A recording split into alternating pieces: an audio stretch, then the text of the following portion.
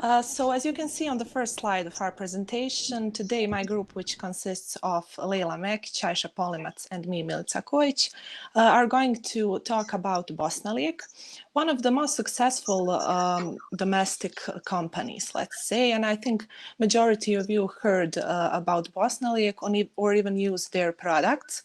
So let's start with their history and establishment.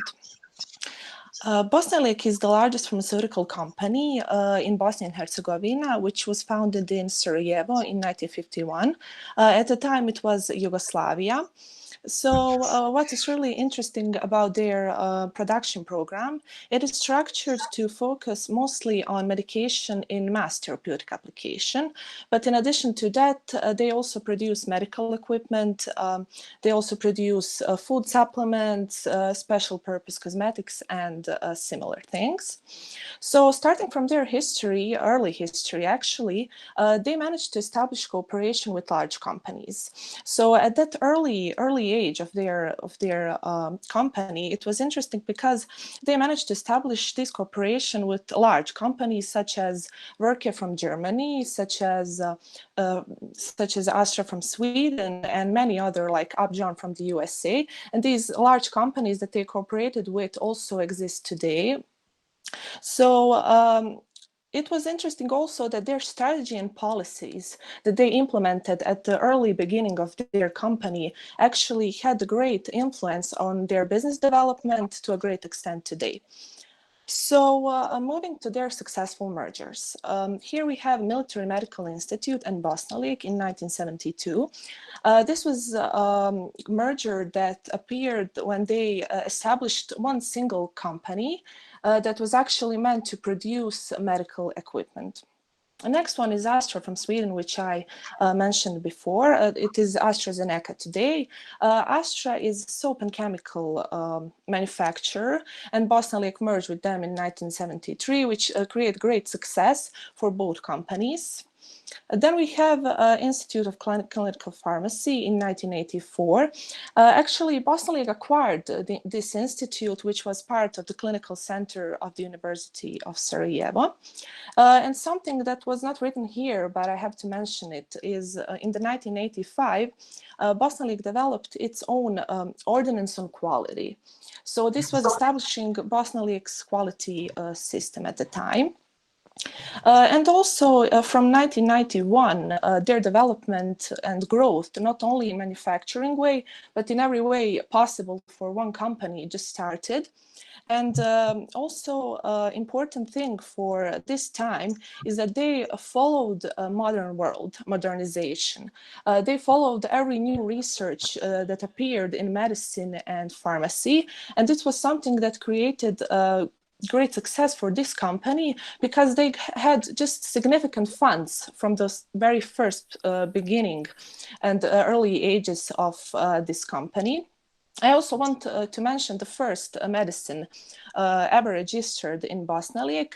It is called Fabian in 1957.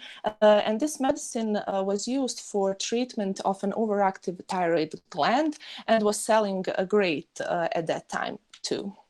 And also in 2004, merger with company La Roche, they actually developed electronic system which was used to archive documents in Bosnalijek with this company. And moving on to the next years, it was a great success for both companies. Thank you, Milica, for that wonderful introduction. Now we can move on to the second part of Bosnalijek's biography, which is its development or its growth.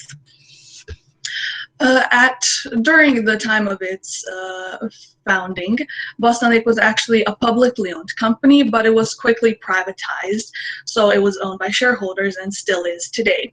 Two of its most influential, shall I say, shareholders are the International Finance Corporation and Hayden SA. The IFC is actually a member of the World Bank Group, and their job is to invest in companies from less developed countries in order to encourage development. So in that way, the IFC actually provided a $2.67 million loan to Bosnalijek back in 1999. So that Bosnalijek could modernize its technology and produce high quality medication. And in return for that loan, IFC also became a major shareholder in 2001 and was one until 2012. And then in 2013, the single largest shareholder was Hayden SA, which is a Luxembourg-based investment group. They acquired around 30% of Bosnalijek's total shares. And earlier this year, in February, actually, they sold all of their shares, so they're not a large shareholder anymore. But these two companies were the major shareholders in Bosnalijek's history, and my colleague will mention the current shareholders a bit later. And now moving on to another important part of the development of Bosnalijek. So as you know, Bosnalijek is a pharmaceutical company, so their goal is obviously to ensure human health and improve human health. But two other very important goals are responsibility and sustainability. When it comes to responsibility, the company is actually striving to perfect their manufacturing process and make sure it's responsible towards society, but the environment as well. So the process itself has changed a lot because of the changes in technology and equipment and everything, but the main goals still stay the same, right? So the manufacturing process is actually constantly monitored, it's controlled, it's documented, and it's made sure to be up to code and up to certain guidelines, such as the EU Good Manufacturing Practice and the Occupational Safety and Health Assessment. So our company actually follows GMP requirements by producing high quality medication, which is appropriate for its intended use and has gone through clinical trials and is marketed accordingly. So because of this, customers can actually get top-notch medication from Bosnalijek and be sure that it is actually high quality. And then in 2006, Bosnalijek actually got certified in accordance with the OHSAS 99 standards. And these standards are basically a requirement for employment protection. And based on this, you can safely assume that Bosnalijek actually strives to provide a safe workplace and working environment and to minimize risks and injuries of its employees. And then another major stakeholder group, I could say, is the community. Bosnalijek regularly gives donations and sponsorships to schools, students, and even to people with special needs, children without parents, but also the elderly. And a little fun fact about Bosnalijek, in 2008, it actually received a winning award for being a socially responsible company. And then the last thing I will mention, excuse me? Okay, never mind. The last thing I will mention is sustainability of the company. Now, Bosnalijek, as I mentioned, constantly monitors and controls its manufacturing practices because they want to make sure that they're being sustainable. And because of this, they actually received the first environmental permits. They were the first company to actually receive one in the Federation of Bosnia and Herzegovina. And this environmental permit actually is a list of requirements for environmental protection. And Bosnalijek, actually practices mindful manufacturing. And according to the standard you see here, the ISO 14001 standard, it requires companies to monitor and to control their impact on the environment, which, as I already mentioned, Bosnalijek actually does. And I will mention a couple interesting ways in which they do this. The first one is they use low emissions technology, which makes sure to reduce air and noise pollution. And then Bosnalijek actually tries to minimize its resource usage, especially water and energy, because we know those are the most used resources. And then waste management is also a big thing. So for example, wastewater is treated before it's put back into the environment. And apart from the technology and the equipment and all the facilities and all the fancy stuff, you actually have the employees within the organization. And they are actually encouraged and made aware of their impact on the environment, and they need to actually follow internal environmental guidelines and make sure they are not harming anything. So it all kind of starts from within. And that was it for my part. Aisha, you may continue. Okay, so we came to the last segment of our presentation. I'm going to give you just a brief insight into the current structure and operations of the company. So moving on, to follow up quickly on the information that Milits already gave us, Bosnalijek has been existing for almost 70 years now. So Bosnalijek is one of the three most profitable companies when it comes to the pharmaceutical industry, aside from Phoenix, from Bijeljina, and Herzegovina from Mostar. So we can say they're almost constantly battling for the spot of the number one. There's a couple of strategies that Bosnalijek is implementing that makes them dominant in this industry, and that is their exporting technologies. So when it comes to exporting, so Bosnalijek has been exporting for decades now to the markets of the whole Balkan region. But aside from Balkan region, they have been also exporting to Russia.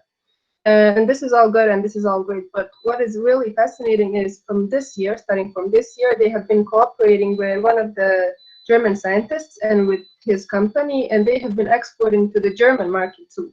So they have been exporting their product called Lizobac, if I recall correctly. So why is this astonishing really for a Bosnian company? This is because the barriers to entry into the German market are really high. So the costs of exporting, the cost of producing, the cost of competing with the German brands are really difficult and challenging thing to do. I don't even have to mention the cost of production. Already know that. So and also what I have to mention when it comes to the last slide, Leila, just go back to the last slide. More than 65% of their revenue is made up of the revenue they got from their exporting. Okay, so next slide. On the next slide, we can see a pie chart of the shareholders. So shareholders is a common mistake that I made on this slide. So stakeholders are all the people who have any type of interest in a company, and shareholders are people who buy shares of stock in a company. So as Leila already mentioned, some things about the shareholders. I'm gonna just list, as you can see here, the major shareholders of the company. As we can see, the majority of shares are currently owned by KBC Eurocredit, followed up by Us Holding. And I don't have to say anything else. You can see that it's pretty much self-explanatory on this pie chart. And in this group of others, you can see there's a lot of them. I couldn't mention all of them because a lot of individuals can buy the shares of Bosnalijek of even 1%. So there's a lot of shareholders, and this is pie chart that is currently active. So we gather the data that is freshly applied. Okay, so moving on, we're gonna talk a bit about the employees of the Bosnalijek company. So Bosnalijek is made up from almost 800 workers, with where more than half of them comes from highly specialized people and highly educated people. So they are specialized in their area of expertise, and the number of workers is increasing by every year. One thing that is also very important to mention is that Bosnalijek is always introducing and developing new products. Aside from developing always, like every year, every 3 months, every quarter, introducing new products, they're also introducing new markets. This is what I mentioned when I mentioned the exporting part. What is really important with keeping up with the global trends is that they are, for example, if there's an increased demand for dietary supplements, Bosnalijek will be the company to introduce dietary supplements when it comes to the range of their products. So with this slide, we will conclude our today's presentation. I hope you learned something about Bosnalijek today, and if you have any questions about the presentation or about the company, feel free to ask me or any of my colleagues.